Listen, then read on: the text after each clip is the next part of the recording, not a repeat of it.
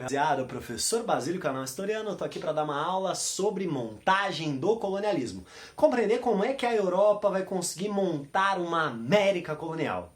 Essa vai ser uma aula bastante conceitual, vamos apresentar alguns conceitos fundamentais para compreender esse processo. Antes de mais nada, precisamos lembrar que no século XVI a Europa vai passar por uma revolução. Uma revolução nas suas práticas comerciais. O comércio vai se dinamizar, o comércio vai às alturas. E isso graças a Portugal e a Espanha. A Espanha, quando conquista a América, conquista os grandes impérios Azteca e Inca, vai levar para a Europa toneladas e toneladas de metais preciosos, ou seja, ela injeta dinheiro na Europa, injeta moedas e isso vai dinamizar o comércio. Por outro lado, Portugal, graças à sua chegada às Índias, vai abastecer a Europa com mercadorias valiosíssimas. Se você tem dinheiro e se você tem mercadoria, você tem dinamização das atividades comerciais. Beleza, rapaziada? Para compreendermos a relação entre Europa e América, precisamos deste conceito-chave: pacto colonial, exclusivo comercial. Em outras palavras, uma relação de monopólio. Uma relação na qual a razão de ser, o sentido da colonização, o sentido de existência da América para os europeus é abastecer e enriquecer a Europa. É abastecer a Europa com produtos valiosos e, por outro lado, consumir a Europa qualquer produto que ela necessite. Tudo bem? É uma relação de monopólio. A América Portuguesa, vulgo Brasil, só poderá comercializar com Portugal. A América Hispânica só poderá comercializar com a Espanha. É uma relação exclusivista. É uma relação de monopólio. De alguma forma está começando a se estabelecer e se estruturar algo que vamos chamar de mercantilismo. Mercantilismo é a política econômica dos estados absolutistas. É a forma que as monarquias absolutas organizam a sua economia. Qual é o grande objetivo? O grande objetivo é enriquecer. E o que é enriquecer? Enriquecer é ter metal. Todas as monarquias querem metais preciosos.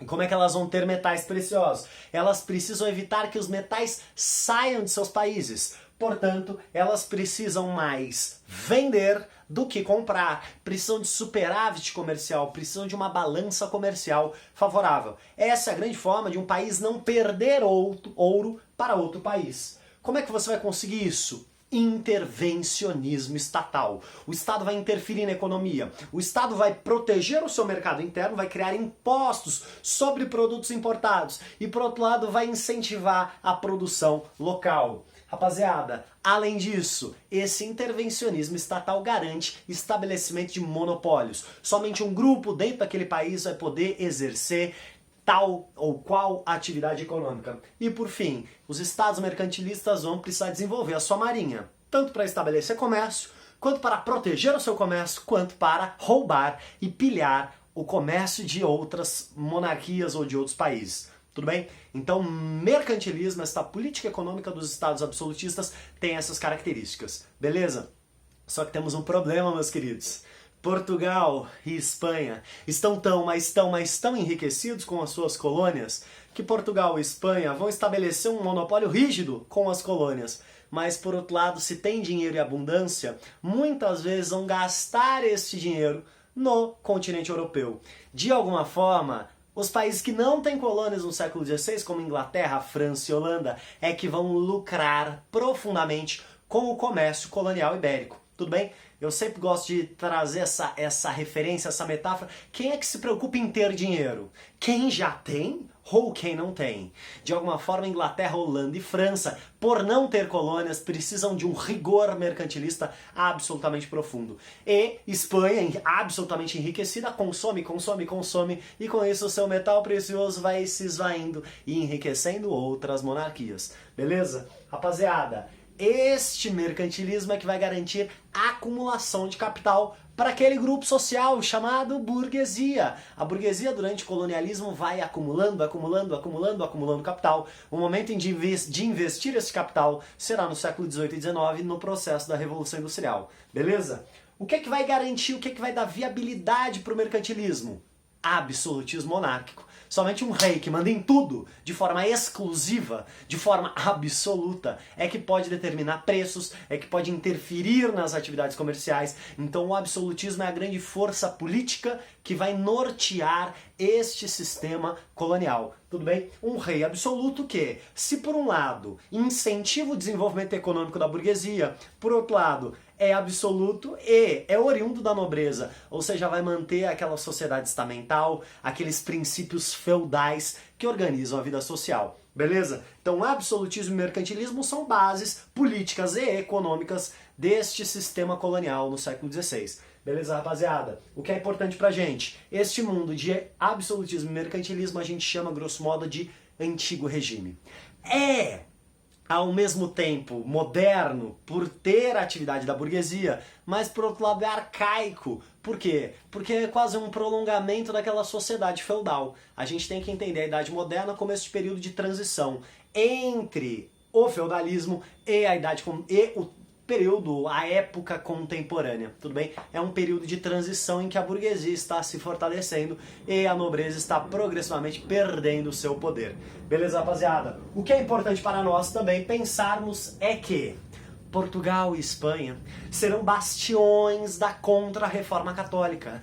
Portugal e Espanha são países profundamente barrocos. São países que, em nome da religião, em nome da doutrina correta, da santa doutrina católica, vão expulsar judeus, vão expulsar comerciantes dos seus países. Muitos desses comerciantes vão para onde? Para lugares com certa liberdade religiosa, como por exemplo, Inglaterra, calvinista, França, parcialmente calvinista, Holanda, calvinista. Calvinismo, aquela doutrina protestante que incentiva o quê? O acúmulo de capital.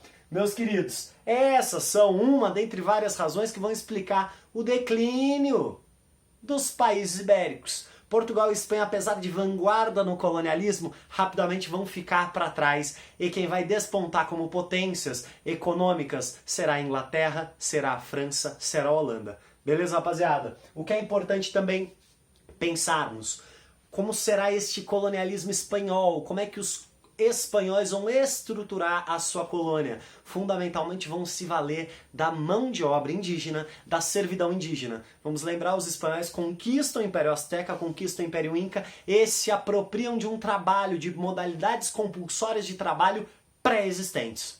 Os portugueses tentam fazer a mesma coisa, tentam escravizar os indígenas no Brasil, mas a queda demográfica, as mortes pelas doenças e uma pulverização de uma sociedade sem centralização vão dificultar o trabalho dos portugueses.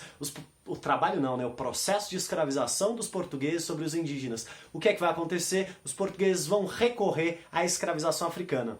Primeiro, porque os escravizados africanos transplantados da África para a América são uma mercadoria valiosa para a coroa de Portugal. Além disso, com a queda demográfica indígena, os portugueses vão precisar trazer e transplantar essa mão de obra. Essa prática portuguesa vai estruturar um sistema atlântico, uma relação comercial entre a América, o espaço da produção, a África, o lugar de importação da mão de obra, e a Europa, o grande centro econômico, político e cultural que vai se apropriar da acumulação deste trabalho. Beleza, rapaziada? Por fim, o que é importante a gente ter esta noção, saber diferenciar as questões, as provas, os vestibulares trabalham muito nessa chave. Você tem que contrapor muito bem o que é mercantilismo, a política econômica do Estado absolutista, a intervenção do Estado na economia, com o que será o liberalismo econômico do século XIX, livre comércio. Beleza? Então contrapõe a interferência do Estado com o livre comércio que virá mais pra frente no mundo já industrial.